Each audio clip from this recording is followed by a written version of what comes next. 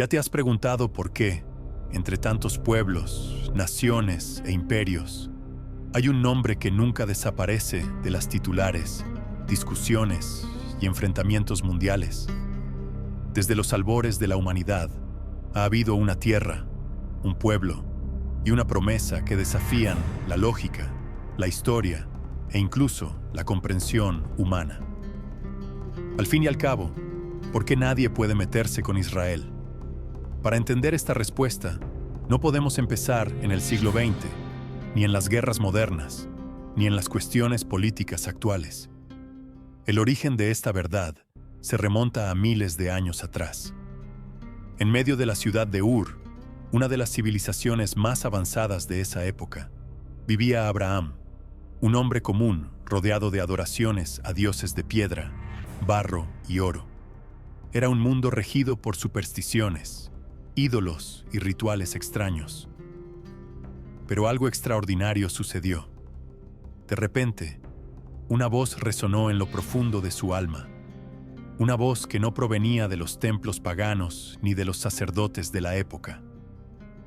Era la voz del Creador de los cielos y la tierra, que le dijo: «Sal de tu tierra, del medio de tus parientes y de la casa de tu padre, y ve a la tierra que te mostraré.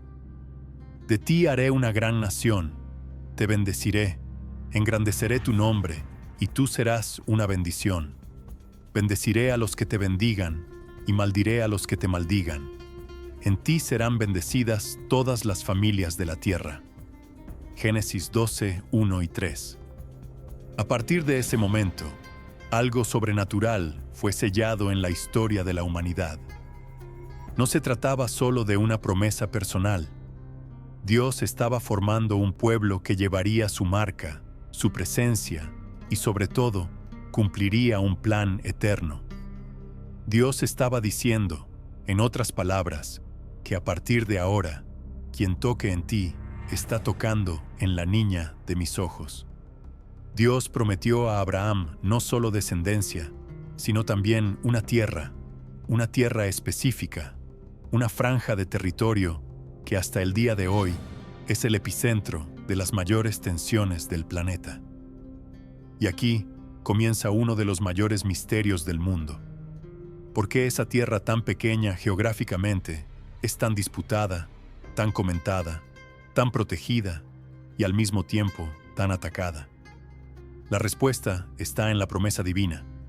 Dios dijo: «Toda esta tierra que ves, te la daré a ti y a tu descendencia para siempre». Génesis 13.15. Nota que Dios no dijo por un tiempo, por unos siglos o hasta que desobedezcas.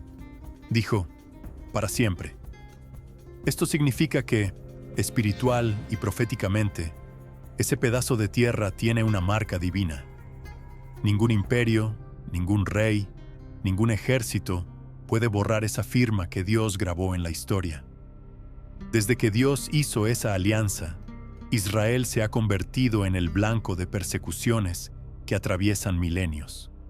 Egipcios, babilonios, asirios, persas, griegos, romanos, todos intentaron de alguna forma destruir a este pueblo, borrar su historia o tomar su tierra. Pero hay algo que pocos entienden.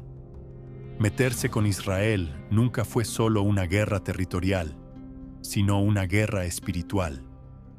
Cada ejército que se levantaba contra Israel no estaba luchando solo contra hombres, sino desafiando al propio Dios que hizo la promesa. No es por casualidad que muchos imperios que intentaron exterminar a Israel simplemente desaparecieron de la faz de la tierra. ¿Dónde están hoy los filisteos, los amorreos, los hititas, los cananeos? Todos ellos se desvanecieron en el polvo de la historia. Israel todavía está allí, pequeño en el mapa, gigante en la existencia. Durante su jornada, Abraham, a quien Dios más tarde renombró como Abraham, que significa Padre de muchas naciones, enfrentó innumerables desafíos. Y en cada obstáculo, Dios reafirmaba su promesa. En una visión poderosa, Dios selló la alianza de una manera que jamás podría ser deshecha. Pidió que Abraham preparara un sacrificio, animales partidos al medio, según los antiguos costumbres de alianzas. Normalmente, ambas partes pasarían por el medio de los animales, simbolizando que ambas eran responsables de mantener aquel pacto. Pero algo sorprendente sucedió. Abraham vio un fuego, una antorcha ardiente y una herrería humeante pasando solo entre los pedazos de los animales. Dios estaba diciendo: este compromiso no depende de ti, Abraham. Depende exclusivamente de mí. Si miras la historia, verás que Israel no sobrevive por tener el mayor ejército, ni por la cantidad de tierras, ni por sus recursos naturales. La protección que tiene Israel atraviesa la lógica militar. Es sobrenatural. En la Guerra de la Independencia, en 1948, el recién nacido Estado de Israel fue atacado por 5 naciones árabes al mismo tiempo: Egipto, Jordania, Siria, Líbano e Irak. La lógica decía: Israel no dura una semana. Pero ellos ganaron. En la Guerra de los 6 días en 1967, Israel, cercado de todos los lados, venció de manera tan rápida y avasalladora que sus propios generales quedaron perplejos. Y nuevamente la pregunta resonó: ¿cómo es posible? La respuesta estaba escrita hace milenios en la Torá, en los Salmos, en los profetas. Si el Señor no estuviera de nuestro lado, que lo diga Israel, los enemigos nos habrían tragado vivos. Salmos 124, 1 y 3. Israel no sobrevive porque es fuerte. Israel sobrevive porque existe una promesa que ningún imperio, ningún gobierno, ninguna potencia puede revocar. Dios dejó algo muy claro desde el principio: bendeciré a los que te bendigan y maldiré a los que te maldigan. Génesis 12:3. Eso no ha cambiado. Aún hoy, las naciones que se levantan contra Israel cosechan, de una forma u otra, los frutos de esa elección. Y por otro lado, aquellos que extienden la mano para bendecir, ayudar, apoyar, acaban, incluso sin entenderlo, atrayendo sobre sí la bendición del Dios de Abraham, Isaac y Jacob. Israel no es solo un país. Israel es el reloj profético de Dios en la tierra. Todo lo que allí sucede repercute en el mundo espiritual, en las profecías y en el cumplimiento del plan de Dios para la humanidad. Por eso la pregunta: ¿por qué nadie puede meterse con Israel?, tiene una respuesta directa y poderosa. Porque Dios dijo que no pueden. Porque Dios puso su mano sobre ese pueblo y esa tierra. Porque quien se atreve a tocar a Israel está, en realidad, desafiando al propio Dios. Y quien se levanta contra Dios ya está derrotado antes de comenzar. Cuando miramos el escenario mundial, es imposible no notar que existen naciones, imperios y organizaciones que abiertamente se levantan contra Israel. Hacen alianzas, traman estrategias, arman emboscadas, financian ataques y mueven campañas para destruir, debilitar o al menos aislar a Israel del escenario global. Pero la gran pregunta que ecoa en el silencio espiritual de la humanidad es: ¿saben de hecho estas naciones contra quién están luchando? ¿Comprenden las consecuencias espirituales, históricas y proféticas de desafiar aquello que Dios estableció como eterno? La respuesta no está en las suposiciones humanas, ni en los discursos políticos, ni en las mesas de negociaciones. La respuesta está grabada, sellada y eternizada en las Escrituras sagradas. Desde tiempos inmemoriales, Dios dejó claro cuál sería el destino de aquellos que eligen oponerse a su promesa, a su pueblo y a su alianza. Cuando Dios llamó a Abraham, liberó una sentencia que reverbera a través de los siglos, tan viva hoy como el día en que fue pronunciada: bendeciré a los que te bendigan y maldiré a los que te maldigan. Génesis 12:3. Esta no es una frase poética, sino un decreto espiritual, una ley inmutable, inviolable e inquebrantable. Naciones que desafiaron a Israel a lo largo de la historia fueron sistemáticamente derribadas. El Egipto que esclavizó a los hebreos fue ahogado en su propio mar, que se abrió para Israel pasar. El imperio asirio que humilló al reino del norte desapareció de la historia.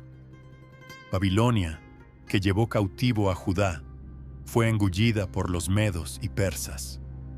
El imperio persa que intentó impedir la reconstrucción de Jerusalén cayó ante los griegos.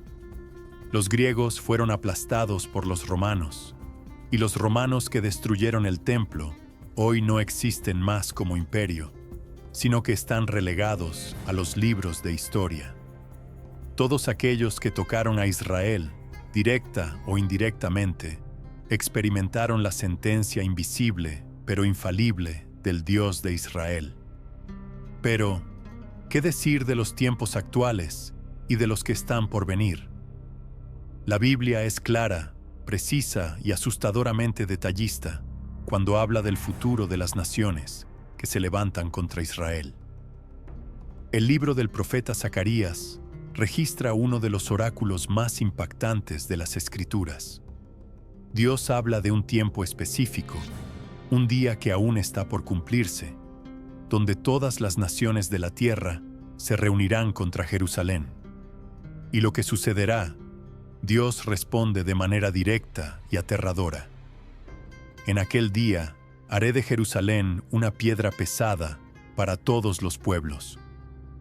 Todos los que la levanten se herirán gravemente, y reuniré a todas las naciones contra Jerusalén para la batalla.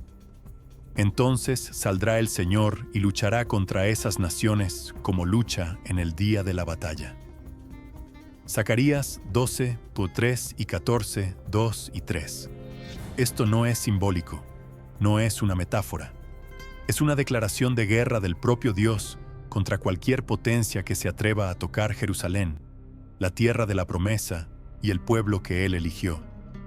Quien intente levantar esa piedra pesada que es Jerusalén, se herirá, se destruirá, será aplastado por su propia tentativa. El profeta Joel también describe un escenario aterrador para las naciones que se meten con Israel.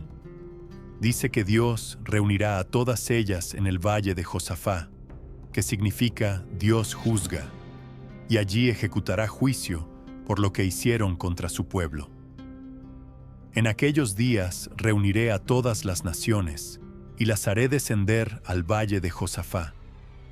Allí entraré en juicio con ellas por causa de mi pueblo, de mi herencia, Israel, al que han esparcido entre las naciones, repartiendo mi tierra. Joel 3, 1 y 2. Nota un detalle crucial.